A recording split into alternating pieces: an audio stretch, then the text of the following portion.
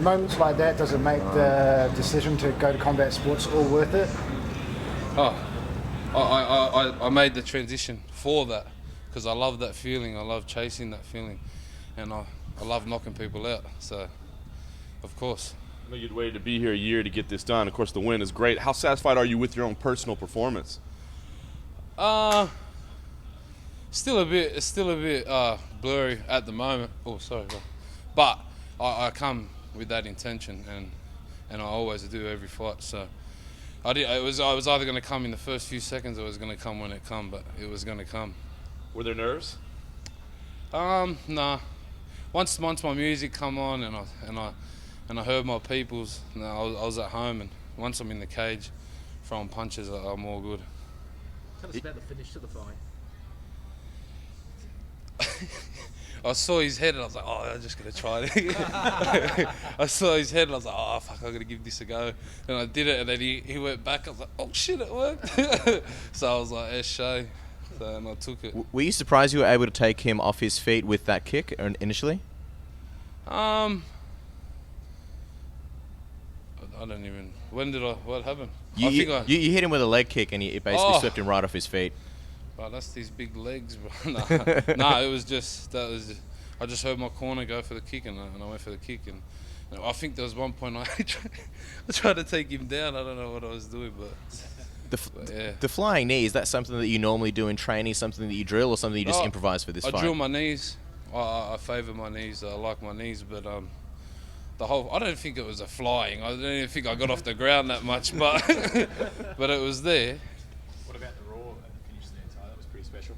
Yeah, well, this is my hometown. This is my city, so I was expecting that, and I think he was expecting that as well. But this is my home. This is my country, and I hope I get a crowd like that every time I get to perform here. So, carrying the original flag into the ring and being the first Australian Indigenous fighter to win a UFC fight, what do those things mean to you? It's massive. There's not even an Aboriginal flag on top of the Harbour Bridge, so for me to carry that here on a world stage and have a bit of recognition it means a lot to me. When you did get the finish, you sort of almost looked really calm. I thought you'd be G'd up and running on top of the cage, but you seemed to keep it really low key, almost like you expected it. I don't think I can get on top of the cage, but no. Like I said, I come to every fight to look for the knockout, and it's either obviously I train to fight the whole three, but I come at headhunting, so that's what I do. It looked like you always also went for a bit of a throw that didn't quite pan out. Talk to us a little bit about that. Is that something that you get in training? Because that was a pretty interesting moment in the fight. I don't know. I think I turn stupid every time I get like That's how I did my knee. I went for some suplex and it backfired on me.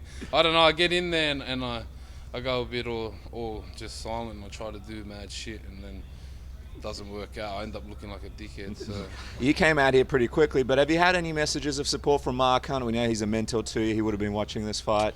I saw him. I saw little Noah the blower, and what was that moment like when you saw him and everything that's been building up to this fight in the UFC? Yeah, it was just awesome to have him there. Plus, I had the whole crowd here, and that was just it's all a plus for me now. I'm ready to just fucking sink a few.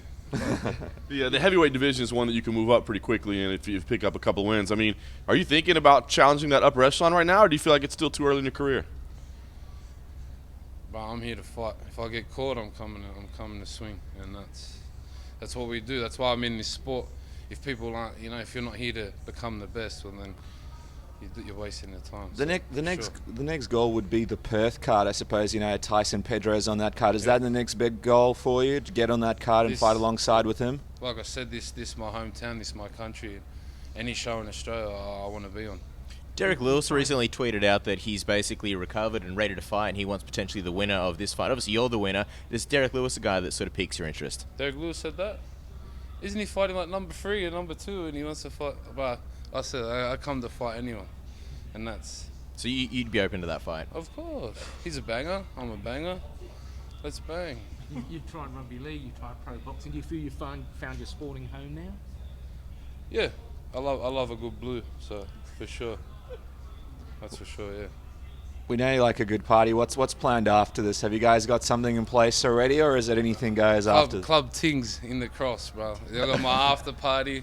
Come down, get ready to roll, and it's on. And just quickly, I was going to let you go. You had a fun post-fight interview with Dan Hardy. You said Ed Chase. I think a lot of the international listeners, people who aren't from Western Sydney, might be a bit confused. Yeah. What exactly does that mean? Ed Chase is Pig Latin. It's I don't even know if it's a real language, is it? But it's where you take the last word and you switch it to the front with an A. And so like yes is Esh, A.